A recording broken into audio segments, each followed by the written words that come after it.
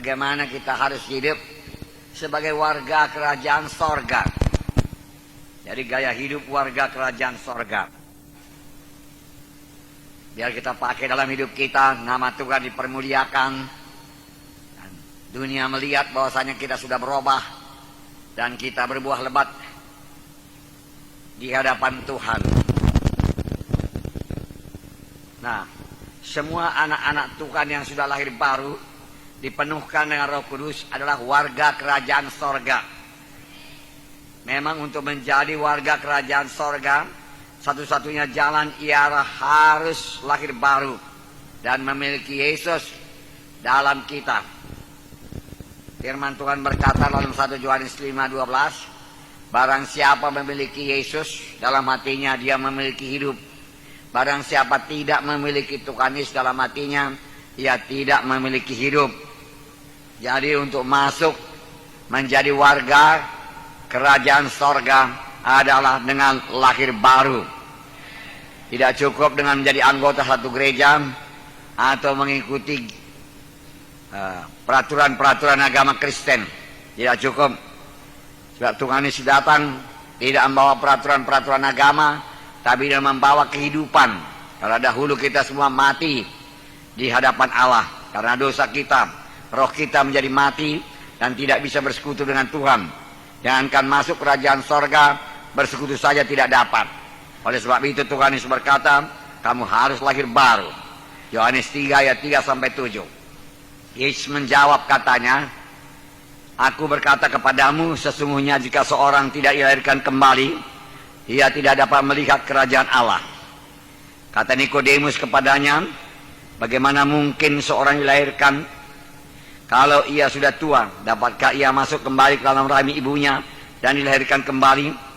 Jawab Yesus, aku berkata kepadamu, sesungguhnya jika seorang tidak dilahirkan dari air dan roh, ia tidak dapat masuk dalam kerajaan Allah. Apa yang dilahirkan dari daging adalah daging, dan apa yang dilahirkan dari roh adalah roh. Janganlah engkau heran, karena aku berkata kepadamu, kamu harus dilahirkan kembali. Jadi harus dilahirkan kembali, harus lahir baru. Saya percaya semua kita sudah lahir baru, amin. Kemudian kita masuk dalam gaya hidup warga kerajaan sorga. Minggu yang lalu kita telah melihat bahwasanya setiap warga kerajaan sorga harus memiliki mental mujizat. Apakah itu mental mujizat? Suatu cara berpikir baru yang percaya kepada mujizat Tuhan dan mengarah dan berharap pada mujizat Tuhan. Kalau ada persoalan, kita senantiasa berharap mujizat Tuhan berlaku. Kita membuat perhitungan menurut perhitungan kerajaan sorga, bukan membuat perhitungan secara perhitungan manusia. Nanti kita lihat bahwasanya murid-murid gagal menggandakan roti karena mereka membuat perhitungan secara persediaan manusia. Tetapi Tuhan Yesus mengadakan perhitungan menurut persediaan sorga, rumah Bapaknya yang ajaib, yang tidak kurang suatu apapun. Tuhan Yesus memiliki mental mujizat, saudaraku. Mental mujizat memudahkan Tuhan Yesus memiliki iman untuk mengadakan mujizat. Jadi ini yang pertama, saudaraku, gaya hidup. Itulah normal dalam kerajaan sorga, saudaraku. Jangan lagi pakai gaya hidup mentalitas saudaraku duniawi. Saudara, karena kita sudah masuk dalam kerajaan sorga, jangan pakai mentalitas cara berpikir manusia lama, saudaraku. Karena kita sudah masuk dalam kerajaan sorga. Nah, saudara, banyak anak Tuhan yang walaupun sudah menjadi warga kerajaan sorga, masih memiliki cara berpikir yang lama. Cara berpikir dunia, selalu berhitung seturut dengan pendapat manusia, pendapat dunia. Saudaraku, kalau dunia berkata tidak bisa, dia berkata tidak bisa. Seorang anak Tuhan yang memiliki mentalitas mujizat, saudaraku, kalau dia tahu itu disuruh Tuhan, walaupun secara manusia itu mustahil, dia percaya dia bisa melaksanakannya.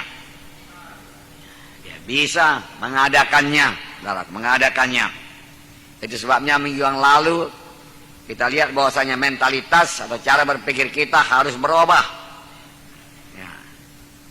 Janganlah terus memiliki mentalitas kerajaan dunia, mentalitas manusia lama. saudaraku. Mentalitas, saudaraku, yang gagal untuk menerima mujizat Tuhan. Karena untuk menerima mujizat Tuhan, Tuhan berkata, sama sebagaimana imanmu jadi padamu. Hari Minggu yang lalu kita melihat Tuhan berkata, janganlah kamu menjadi serupa dengan dunia ini. Dalam cara berpikir, cara berkata-kata kemudian. Saudaraku, dan perbuatan kita juga tentunya. Tindakan kita, saudaraku. Tapi berubahlah oleh pembaharuan hatimu, pembaharuan budimu, pembaharuan pikiranmu, baharui pikiran dengan firman Tuhan. Cara berpikir menurut firman Tuhan. Cara berpikir ini penting, saudaraku. Karena sebagaimana orang berpikir, begitulah dia. Saudaraku. Kalau kita tidak berpikir secara duniawi, maka kita orang duniawi, saudaraku. Karena begitulah dia firman Tuhan berkata. Kalau kita berpikir secara rohani, secara kerajaan sorga, maka begitulah kita, saudaraku, orang rohani, warga kerajaan sorga yang memiliki, saudaraku, mental mujizat, sehingga kamu dapat membedakan mana kehendak Allah yang baik dan yang berkenan kepada Allah. Jadi berubah sama sekali. Pertobatan termasuk perubahan, berbalik kepada Tuhan dalam pikiran. Kemudian tentunya diikuti dengan tindakan. Kalau dalam pikiran belum berbalik kepada Tuhan, saudaraku, tindakan juga tidak berbalik, saudara. Pikiran juga, pikiran lebih dahulu. Perkataan berubah, saudaraku. Dalam bahasa Grekanya yaitu metamorpo. Semua kita dulu waktu belajar di SMA atau SMP, kita mengenal ulat kepompong yang kemudian menjadi kupu-kupu. Dan kita katakan itu proses metamorfose. Dia metamorfo, ya, berubah sama sekali. Dari ulat yang tidak bisa terbang, saudaraku, tidak bisa melompat pun, saudaraku, menjadi kupu-kupu yang bisa terbang dengan sayap yang cantik warna-warni. Ulat begitu bodoh, saudaraku, dungu, saudaraku, dan menjijikkan, saudaraku, menjadi kupu-kupu yang banyak disukai oleh orang, termasuk anak-anak. Ya, anak-anak suka menangkapnya, saudaraku.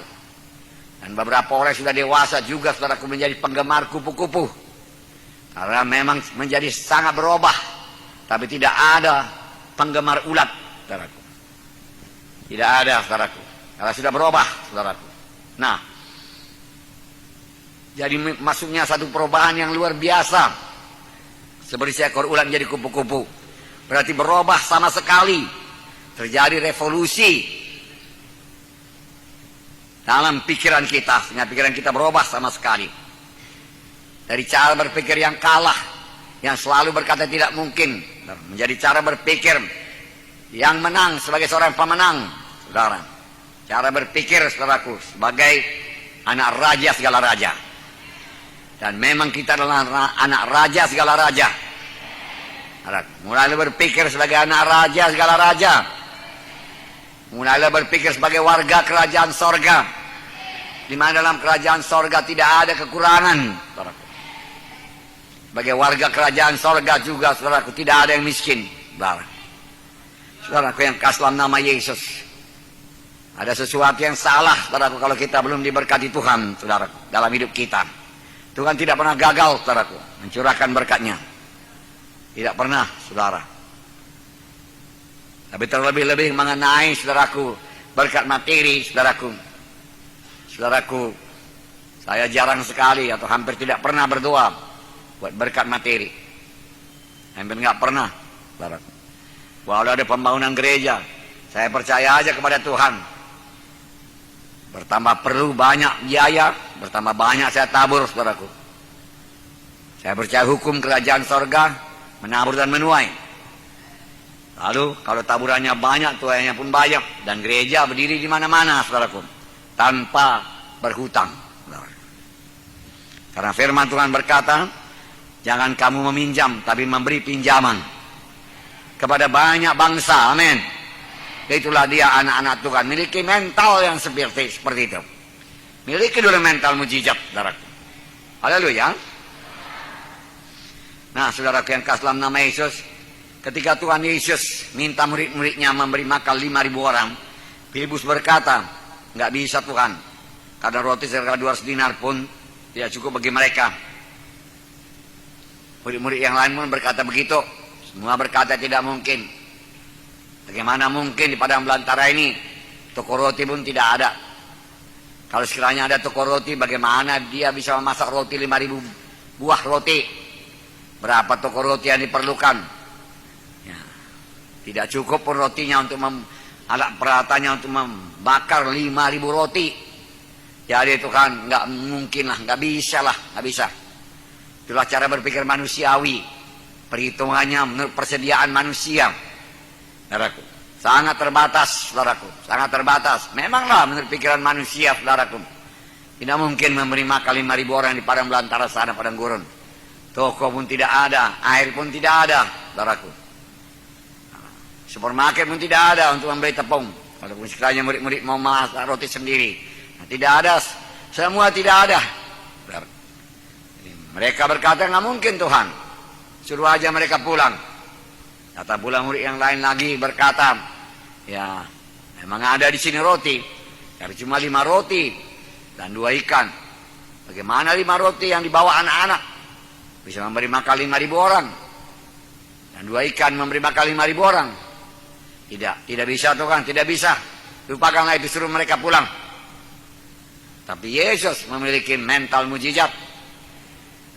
Mentalitas sorga. Dan dia berbuat demikian sebagai manusia, bukan sebagai anak Allah. Dan dia berhasil. Saudara. Nah, saudara, Tuhan Yesus melihat persediaan sorga. Yang melihat kepada Bapaknya. Tuhan Yesus melihat kerajaan sorga. Kerajaan kuasa. Karena kerajaan sorga itu bukan hal makan minum. Tapi kuasa. Karena kerajaan sorga itu bukan perkataan. Tapi kuasa. Amin. Maka saudara juga dalam melayani, saudaraku, selalu memiliki mental mujizat. Pikiran saudara mengarah kepada kuasa. Bukan bicara saja, bukan pidato saja, saudaraku. Harap kuasa Tuhan bekerja. Percaya mujizat Tuhan berlangsung dalam kebaktian. Apalagi ada yang sakit. Hari inilah kesembuhannya. Sekaranglah kesembuhannya. Aku percaya Engkau sanggup dan mau Tuhan. Aku akan meletakkan tangan kepadanya karena firman-Mu berkata. Tanda saya sebagai orang percaya. Saya akan meletakkan tangan atas orang percaya. Lalu orang itu akan sembuh. Amin saudara. Meletakkan tangan atas orang sakit, lalu orang itu akan sembuh. Amin. Haleluya. Nah, karena Tuhan berkata, jadilah kepadamu sama sebagaimana imanmu. Dan Tuhan berkata, pekerjaan-pekerjaan yang aku kerjakan akan kamu kerjakan. Bahkan pekerjaan lebih besar daripada ini akan kamu perbuat, sebab aku pergi pada Bapa. Jadi marilah kita semua mengubah mentalitas hidup lama. Mentalitas duniawi, mentalitas budak, mentalitas kandang babi, menjadi mentalitas kerajaan sorga atau mentalitas mujizat. Kedua, memiliki kasih. Gaya hidup warga kerajaan sorga yaitu memiliki kasih. Matius 22, 34-40. Matius 22, ayat 34-40. Coba buka Alkitab saudara. Kita baca bersama-sama. Matius 22 ayat 34-40. Dapat saudara? Haleluya.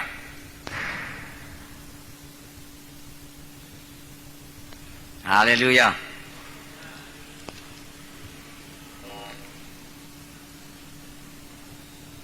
Tidak apa-apa itu. Hanya anak-anak bermain-main saja itu. Tapi suara mic-nya udah turun. Ayo naikkan sedikit lagi. Oke. Haleluya.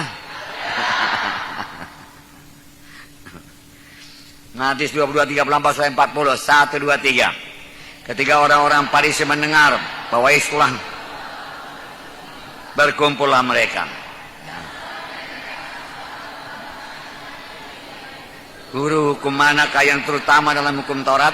Jawab Yesus kepadanya, kasihilah Tuhan Allahmu dengan segenap hatimu dan dengan segenap jiwamu dan dengan segenap akal budimu. Inilah hukum yang terutama dan yang pertama. Dan hukum yang kedua ialah kasihilah sama manusia seperti dirimu sendiri. Pada kedua hukum ini tergantunglah seluruh hukum Taurat dan kitab nabi-nabi. Wow, luar biasa. Ada pula ahli Taurat yang bertanya, orang Farisi bertanya kepada Tuhan Yesus. Ahli Taurat, Guru, hukum manakah yang terutama dalam hukum Taurat? Oh, Tuhan Yesus memberi jawaban, saudaraku. Tentu saja orang tersebut memang rindu, saudaraku, untuk mengetahuinya, saudaraku. Kasihilah Tuhan Allahmu dengan segenap hatimu dan dengan segenap jiwamu dan dengan segenap akal budimu. Nah, kasih. Inilah hukum yang terutama dan yang pertama. Dan hukum yang kedua yang sama dengan itu, kasihilah sama manusia seperti dirimu sendiri. Amin, saudara. Pada kedua hukum itu tergantunglah semua hukum Taurat dan seluruh kitab nabi-nabi. Jadi kasih kita yang terutama adalah kepada Tuhan. Jadi kita harus menghormati dan menghargai Tuhan. Itu artinya mengasihi Tuhan, mentaati Tuhan. Jikalau kamu mengasihi aku, patuhilah hukum-hukumku. Amin. Mentaati Tuhan. Dan sungguh-sungguh merindukan persekutuan dengan Tuhan. Bagaimanakah kita berkata, kita mengasihi Tuhan, tapi tidak suka berdoa? Benarkah kita mengasihi Tuhan?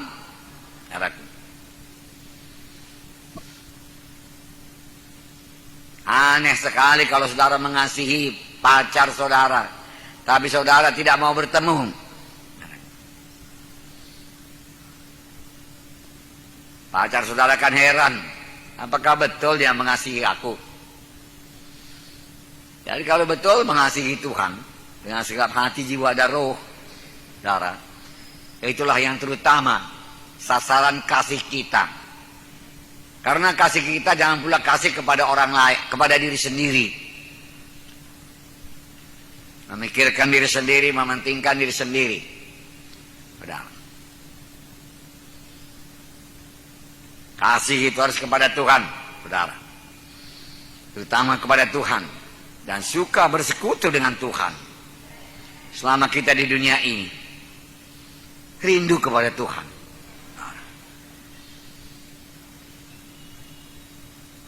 Ada nyanyian berkata, tapi dalam bahasa Inggris. Dia katakan, kalau aku sampai ke sorga, aku akan bertemu dengan Abraham, dengan Ishak, dengan Yakub. Sungguh satu pertemuan yang luar biasa. Boleh berkata-kata dengan dia dan melihat Bapa orang percaya. Aku memang rindu bertemu dengan Abraham, Ishak, Yakub. Tapi yang paling kurindukan ialah bertemu dengan Yesus sendiri.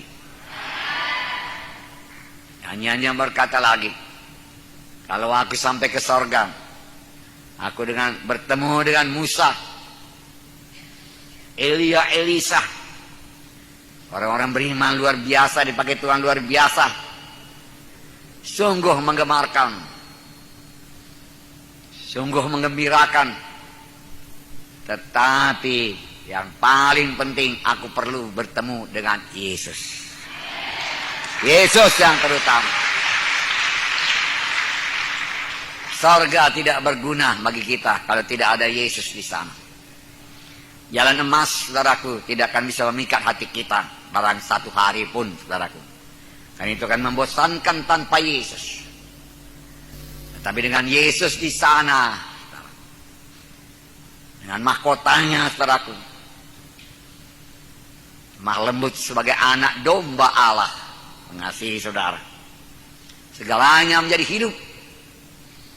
Dan tahun demi tahun, saudaraku, puluhan tahun demi puluhan tahun, ratusan tahun demi ratusan tahun, sampai ribuan tahun, saudaraku, rasanya seperti satu hari saja, karena ada Yesus di sana, saudaraku.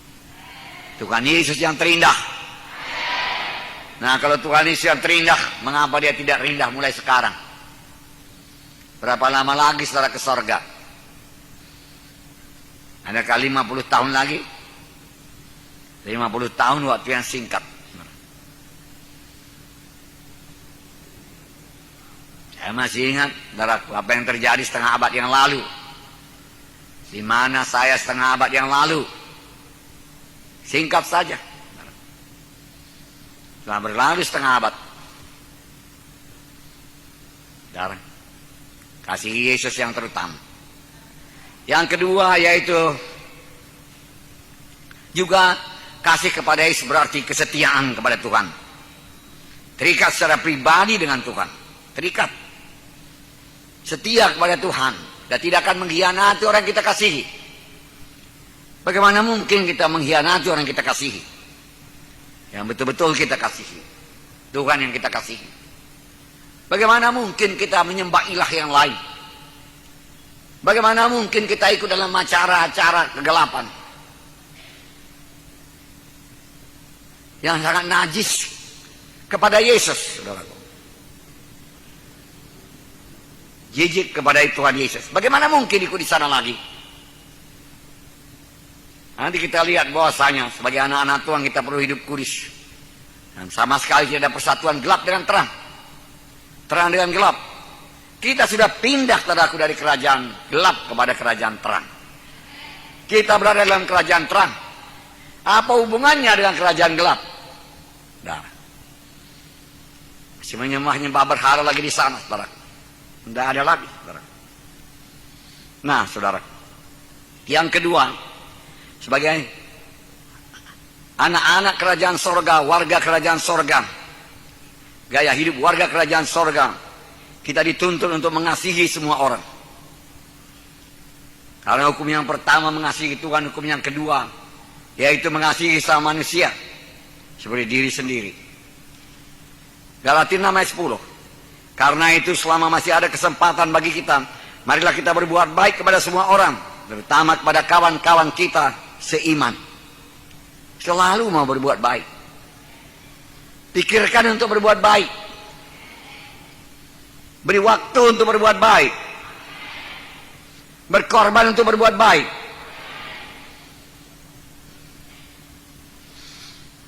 Berkorban untuk menolong. Haleluya. Ini gaya hidup kerajaan sorga. Berkorban untuk menolong. Termasuk mengasihi orang yang memusuhi kita. Matius 5:43-46.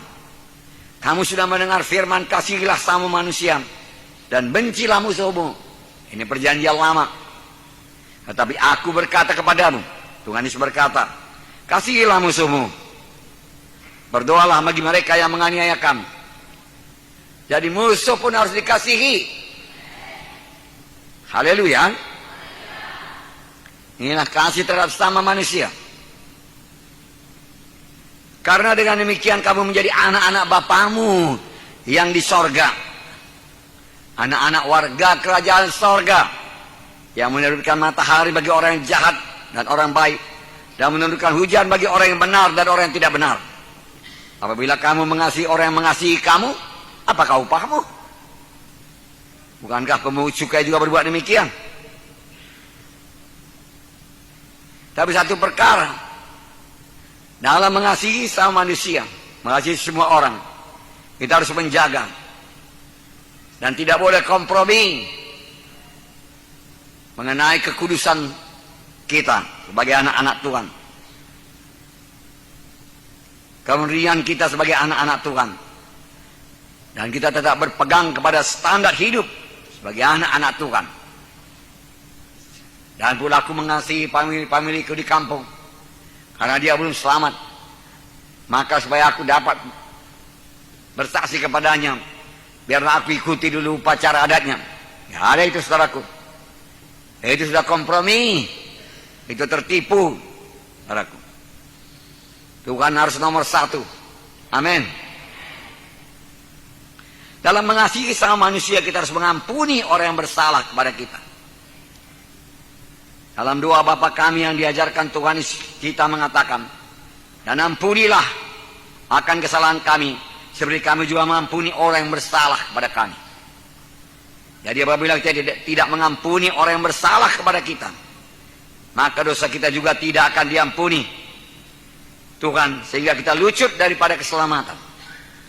Walaupun keselamatan dari Tuhan dan diberikan Tuhan dengan cuma-cuma, keselamatan tersebut dapat hilang karena kita tetap menyimpan dendam dan kemarahan dan tidak bersedia mengampuni orang lain. Haleluya. Tetap menyimpan kemarahan, tetap menyimpan dendam, dan tidak mengampuni orang lain. Tuhan Yesus memberikan satu perumpamaan yang sangat keras mengenai pengampunan. Matius 18, 21 sampai 35. Buka Alkitab saudara. Matius 18 ayat 21 sampai 35. Dapat? Oke. Mari kita baca ayat 21. Kemudian datanglah Petrus dan berkata kepada Yesus, Tuhan, sampai berapa kali aku harus mengampuni saudaraku jika ia berbuat dosa terhadap aku? Sampai 7 kali? Yesus berkata kepadanya, bukan, aku berkata kepadamu bukan sampai 7 kali, melainkan sampai 70 kali 7 kali. Sebab hal kerajaan sorga seumpama seorang raja yang hendak mengadakan perhitungan dengan hamba-hambanya. Setelah ia mulai mengadakan perhitungan itu, dihadapkanlah kepadanya seorang yang berhutang 10.000 talenta. Tetapi karena orang itu tidak mampu melunaskan hutangnya, raja itu memerintahkan supaya dijual beserta anak istrinya dan segala miliknya untuk membayar hutangnya. Maka sujudlah hamba itu menyembah dia, katanya, sabarlah dahulu, segala hutangku akan kulunaskan. Lalu tergeraklah hati raja itu oleh belas kasihan akan hamba itu, sehingga ia membebaskan dan menghapuskan hutangnya. Tetapi ketika hamba itu keluar, ia bertemu dengan seorang hamba lain yang berhutang 100 dinar kepadanya. Ia menangkap dan cekik kawannya itu, katanya, bayar hutangmu. Maka sujudlah kawannya itu dan memohon kepadanya, sabarlah dahulu, hutangku itu akan kulunaskan. Tetapi ia menolak dan menyerahkan kawannya itu ke dalam penjara sampai lunaskannya hutangnya. Melihat itu kawan-kawannya yang lain sangat sedih, lalu menyampaikan segala hal itu kepada tuan mereka. Raja itu menyuruh memanggil orang itu dan berkata kepadanya, hai hamba yang jahat, seluruh hutangmu sudah kuhapuskan karena engkau mengohonkannya kepadaku. Bukankah engkau pun harus mengasihi kawanmu seperti aku telah mengasihi engkau? Maka marah tuannya itu, dan ia menyerahkannya kepada goja-goja sampai ia melunaskan seluruh hutangnya. Maka Bapakku yang di sorga akan berbuat demikian juga terhadap kamu, apabila kamu masing-masing tidak mengampuni saudaramu dengan segenap hatimu. Saudaraku, berhutang 10.000 talenta dibandingkan dengan berhutang 100 dinar. Pada zaman Tuhan Yesus, 1 dinar itu adalah upah kerja 1 hari. 1 hari bekerja, upahnya 1 dinar. 1 hari panas dengan bekerja di panas terik kebun anggur 1 dinar. Jadi saudaraku, 100 dinar adalah upah kerja 100 hari. Ya. Tetapi 1 talenta itu adalah 6.000 dinar. 1 talenta 6.000 dinar. Jadi berhutang 10.000 talenta berarti berhutang 60.000 dinar. 60.000 kali kerja tiap-tiap hari tanpa makan upah kita. 60.000. Dan itu menuntut umur kita nggak cukup 60.000 hari, saudara. Saudaraku, 60 juta hari nggak ada, saudara. Nggak ada umur manusia 60 juta hari. Jadi memang tidak bisa dibayar, saudaraku. Itu sebabnya, saudaraku, anak Allah turun ke dunia ini membayar hutang dosa kita, karena semua kita sudah berdosa. Dan dia dijadikan dosa, dan dia dijadikan sakit karena dia berbilur-bilur. Tapi sakitnya itu bukan penyakitnya, penyakit saya, penyakit saudara ditimpakan pada Yesus. Kenapa saya sakit? Kenapa saudara sakit? Karena kita berdosa kepada Tuhan. Penyakit bukan daripada Tuhan. Tuhan Yesus nggak pernah berdosa, maka nggak pernah sakit. Tuhan Yesus taat senantiasa kepada Bapaknya, mendengar apa yang dikatakan Bapaknya, melaksanakan apa yang disuruh Bapaknya. Berkata-kata dari apa yang dengar daripada Bapa, senantiasa taat sampai kepada matinya. Taat, maka dia tidak bisa dijamah dosa, tidak ada dosa dan tidak ada penyakit.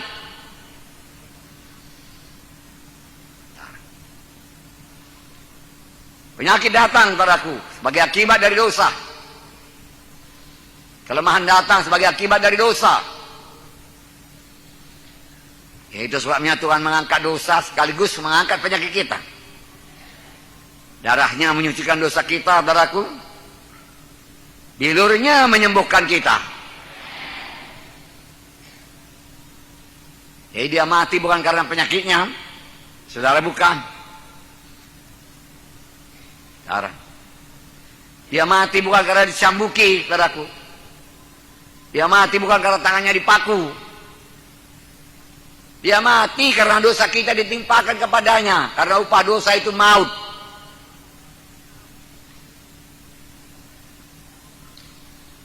Supaya kita hidup dan menjadi warga kerajaan sorga. Jadi ada pergantian, ada substitusi. Begitulah besarnya saudara utang kita yang dibayar oleh Tuhan Yesus. Nggak akan bisa kita membayarnya. Kejujuran kita yang luar biasa sekalipun tidak akan bisa menebus kita. Dia sudah jatuh, mati dalam dosa. Nggak bisa.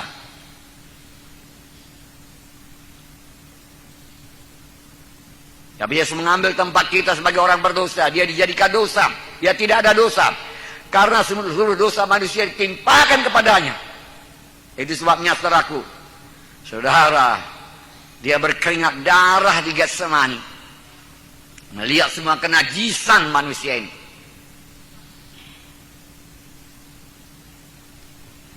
Sukakah saudara melihat darah? Banyak orang pingsan melihat darah, darah manusia. Saudara, tapi Yesus di Getsemani melihat darah dosa, pembunuh, darah mengalir.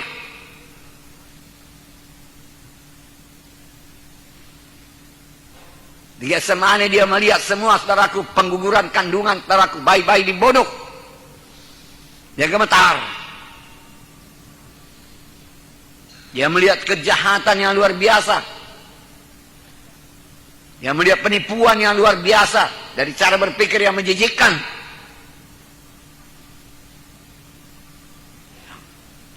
Dia melihat penyembahan berhala. Terang-terangan menentang Tuhan. Dia harus mengampuni semuanya. Tetapi supaya mereka dapat ampun, harus ada pencurahan darah orang yang tidak pernah berdosa. Barulah kebenaran Allah Bapa dipertahankan, tidak dinodai. Masuk ke sorga bukan dengan cara diboleh-bolehkan Tuhan Yesus. Tuhan Yesus tidak berkata, aku tahu engkau manusia. Ya, namanya pun manusia, lemahlah itu dia katakan. Aku kan tahu karena aku yang menciptakan. Oleh sebab itu, kasih karunia aku limpah kepadamu. Marilah. Kalau selama di dunia ini kamu sudah banyak menyanyi, banyak bertepuk tangan, banyak bersujud kepada aku, sudahlah itu. Masuklah ke sorga. Enggak ada itu. Enggak bisa. Tuhan Yesus membayar semua utang dosa kita. 60 juta hari kerja bagi tiap-tiap orang. Ya, enggak mungkin saya penuhi karena umur saya tidak ada 60 juta hari. Selama di dunia ini. Maka ya ambil dosa saya, ya tanggungkan atas tubuhnya. Oh, setan bersukaria. Ini saatnya kita menimpakan hukuman kepadanya. Orang yang penuh dosa dan kena kutuk. Karena buku Yesaya berkata, orang memandangnya sebagai orang yang dihukum Allah dan sebagai orang yang kena kutuk. saudaraku. Dia tidak kena kutuk, saudaraku. Ya, kutuk memang menimpa dia, tapi bukan karena dosa dia, karena dosa saya. Dosa semua manusia, termasuk dosa saudara. Dan Tuhan Yesus adalah manusia sepenuhnya. Dan dia berteriak ketika paku mulai menusuk tangannya, karena dia manusia. Kiri kanan dipaku. Dia berteriak kesakitan.